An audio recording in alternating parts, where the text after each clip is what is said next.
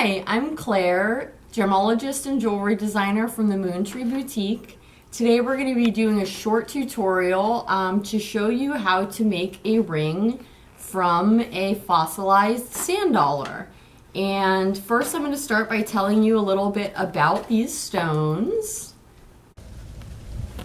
These polished fossilized sand dollars are from Madagascar and they are super old.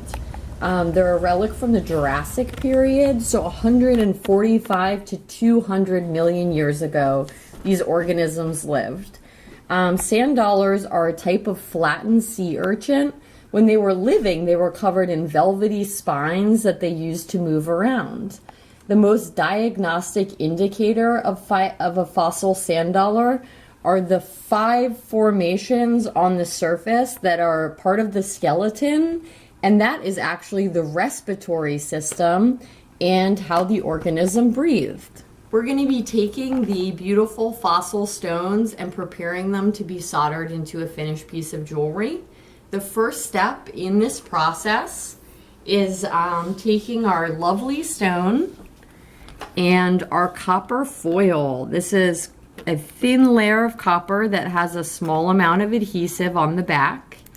And we are going to cover the stone everywhere that we want the metal to cover the stone.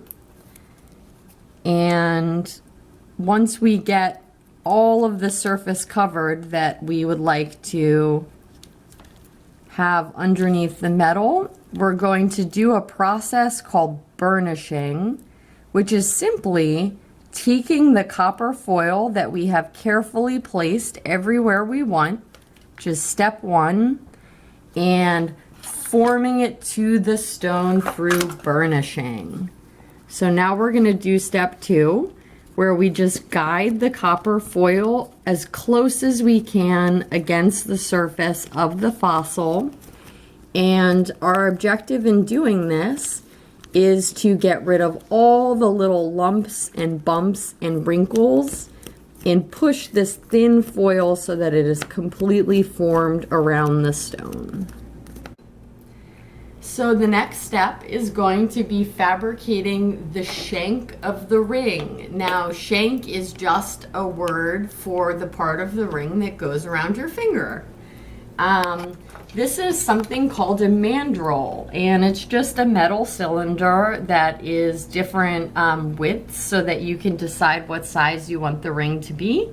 Today I'm going to be making a size 7 ring, and this is not particularly complicated, but I just take the very thick silver material and I force it into a perfect circle around the ring band. And I cut it, and I have a ring shank. So that is step 2. All right, so just a quick review of last time of the products we'll be using. This is called flux.